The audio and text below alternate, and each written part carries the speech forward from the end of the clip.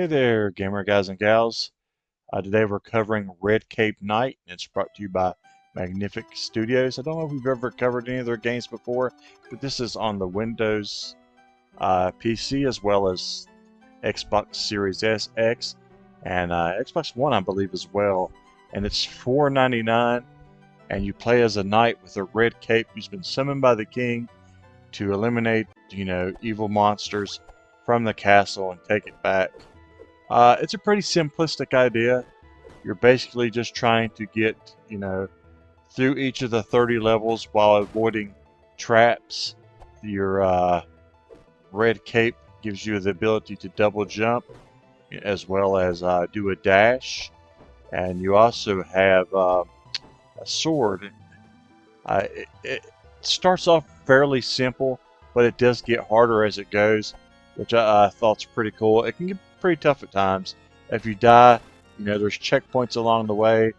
If you haven't got one of those, you'll start from the very beginning. But you can see here, there's a lot going on. It starts out with not much, on the screen, just a few enemies and a few traps. And by the time you get here to level 30, it can get pretty chaotic and become a challenging game. It's never challenging to a point where it becomes frustrating. It's challenging, but it's a fun challenge. Uh, you have several different enemy types. You'll start with just a few, and they change along the way, just like the traps. You'll see stuff on the later levels that you don't see on the beginning levels, and it's definitely more challenging. But just hang in there, you'll get it. If you're an achievement hunter, this is one you're going to want in your collection.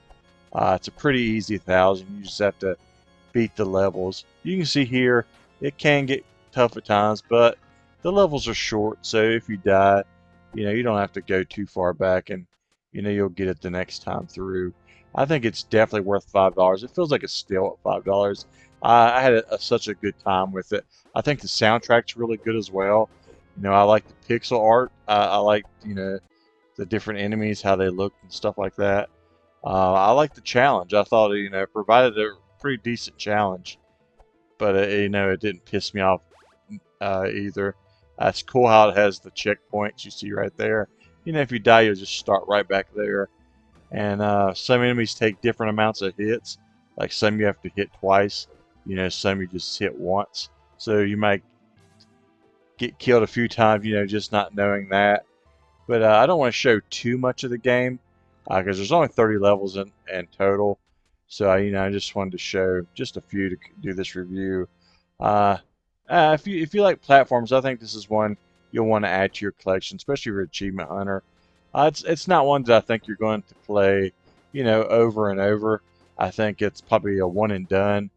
You may come back to it later on, but I don't think, this is something you can expect to put too much time into.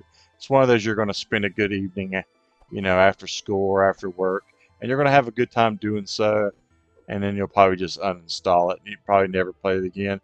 But you'll have had a good time, and you'll have padded your gamer score. You may come back to it. A lot of times these games, they add points for achievements later on, so you find yourself playing them again, to get those extra points. But it's worth your money. Check it out. Let me know what you think about it. I'm going to give it a decent score. I'm going to give it a 7.2 out of 10. Let me know if you pick it up and what you think about it. I love hearing from you guys. I love hearing your opinions on these games. And I like whenever you say, hey, I saw your review and it made me pick it up. That's why we do this. We want to showcase people's art. So thank you, Magnific, for sharing your art with us. I hope to cover some more in the future.